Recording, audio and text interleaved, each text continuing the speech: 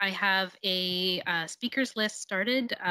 So for our, just as a reminder, for our questions of clarification, we have 10 minutes for questions of clarification.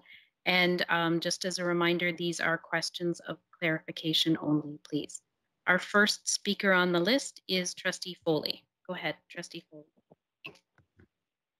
Thank you, Madam Chair, and through you. Doctor, thank you very much. It was a very thorough presentation. I greatly appreciate what you shared with us.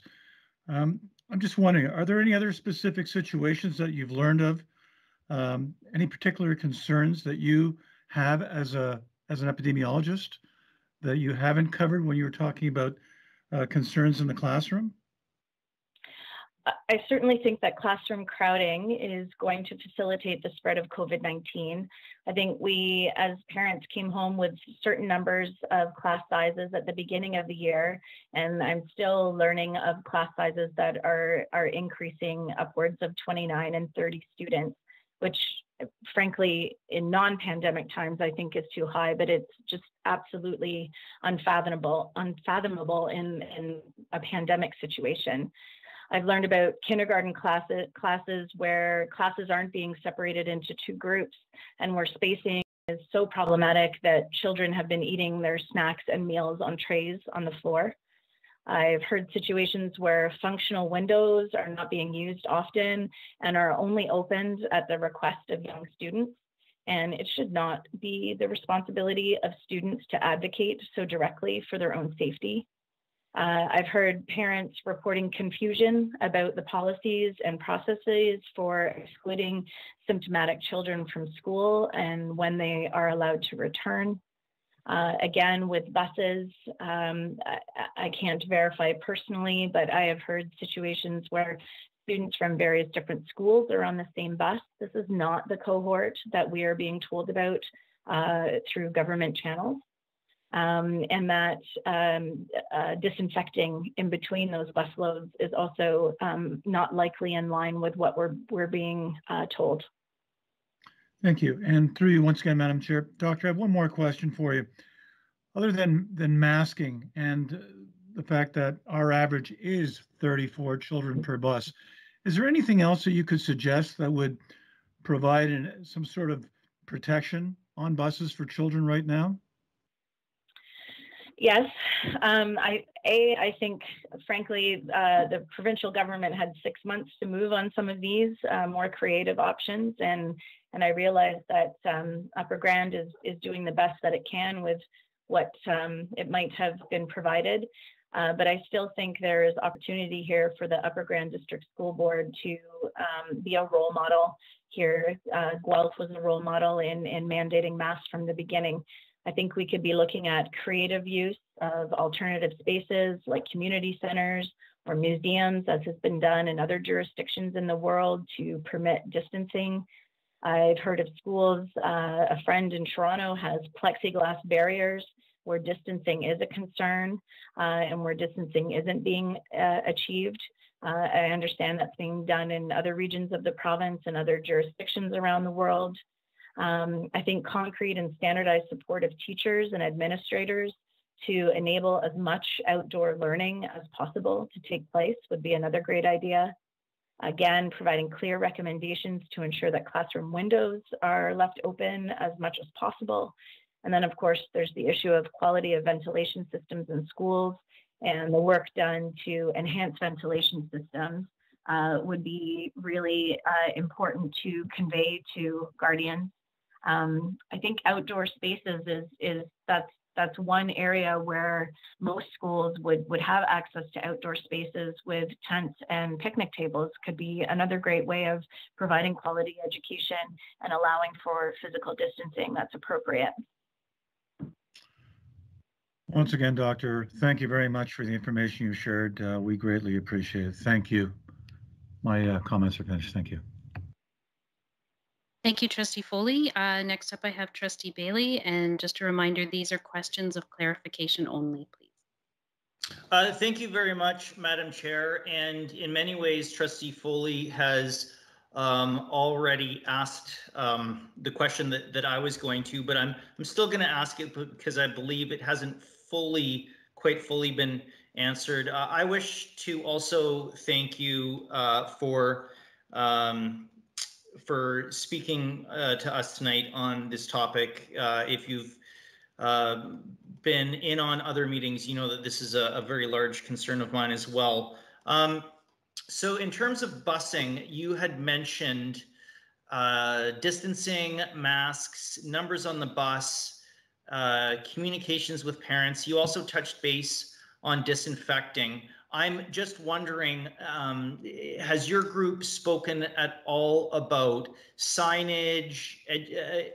Are there any other I appreciated the creative solutions you were bringing up around classrooms, some of which I've heard. Maybe just the same thoughts on busing as the question that you just answered about classrooms. Thank you, Madam Chair. I think, again, my firsthand interactions with buses is next to nil. I'm sharing what colleagues and friends have shared from their schools, and that, again, you know, they'll see a bus pull up and not all of the students are getting off at their school, which would suggest they're going to another school. And while the ones that I have seen, it seems like they're not sitting directly next to one another. It definitely does not seem like there's optimal distancing there. With respect to signage, I'm not sure specifically what you were asking for there. I mean, I don't think signs are going to matter very much if we've got 34 students on the bus. The bottom line is, following the signs or not, we're not going to be able to get the distancing that public health is recommending.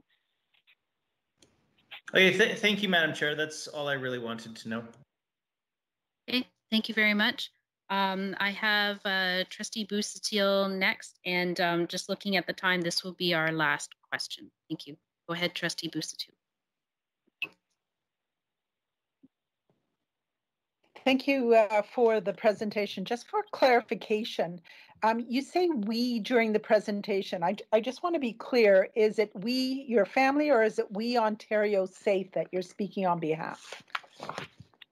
I would say it's both. Yeah, my family is certainly concerned, and tonight I'm speaking on behalf of a number of concerned parents who are members with Ontario Safe.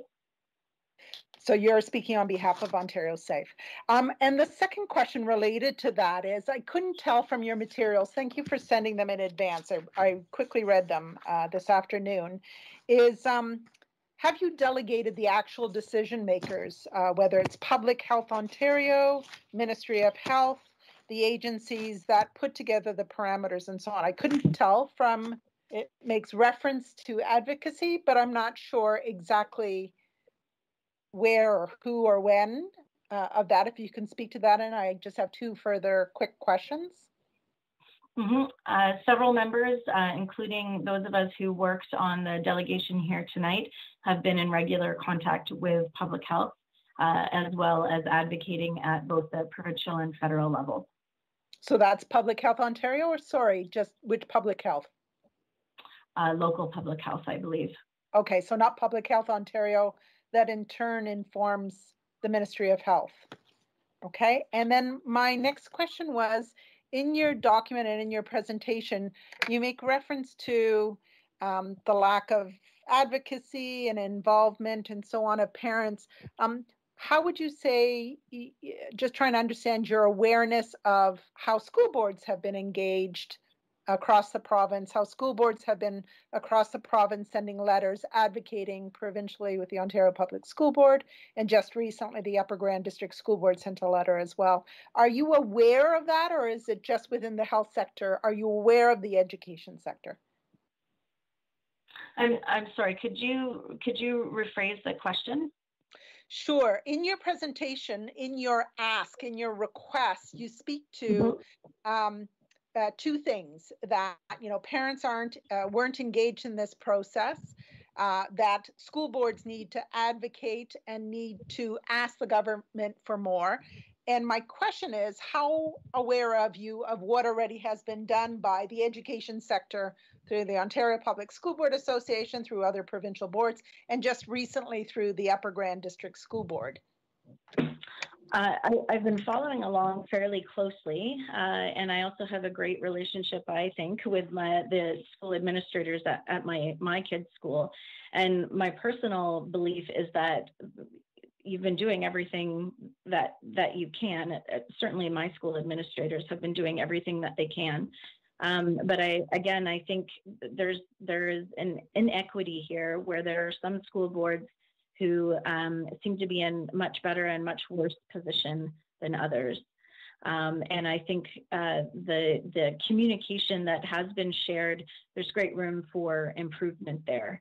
So I don't wish to negate the hard work that everybody has been doing, and again, particularly the Upper Grand District School Board. We commend the leadership and the strong position that was taken.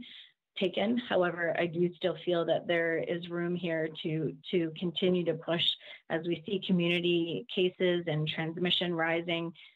We're at the start of something that the infectious disease modelers, it's concerning. Okay, and the final question, and you made reference to it just now and also in your presentation. So have you had presentations with Wellington, Dufferin, Guelph Public Health and their recommendation and their approval of the Upper Grand District School Board's COVID operational plan? And that's my last question. I'll just... Yep, so members of the group that prepared the delegation for tonight have been in contact with Wellington Dufferin Public Health. I do not believe any formal delegation has been done, but they have been in regular contact around physical distancing and use of plexiglass. Thank you, that's all.